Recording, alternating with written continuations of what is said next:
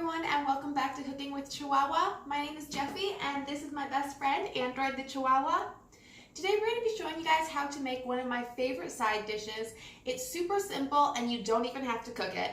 This is probably the best broccoli salad that you have ever tasted. So to get started, we're going to make a sauce for our mixture. To start our sauce off, we're going to use 3/4 cup of mayo,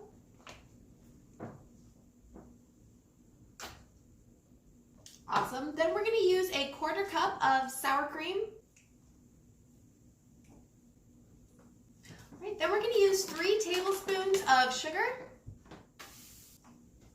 Then we're going to add 1.5 tablespoons of white wine vinegar. And to finish off our sauce, we're going to add a little bit of salt and pepper. All right, once we have everything in our bowl, we're just going to give it a really good mix. And this is a really good time to taste your sauce just to make sure it's exactly like you want it.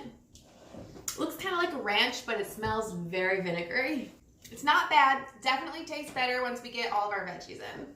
So now that we have our sauce ready to go and set aside, we're going to move on to our broccoli, and you're going to need about 1 pound of broccoli, which just so happens to be about the size of 2 heads. And we're just going to cut all of our broccoli florets into small pieces and then dump them in our bowl.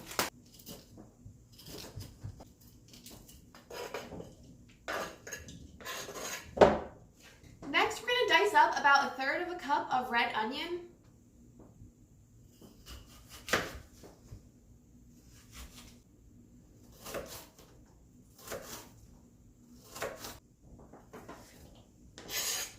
The next ingredient we're going to use is about 1 cup of cheddar cheese,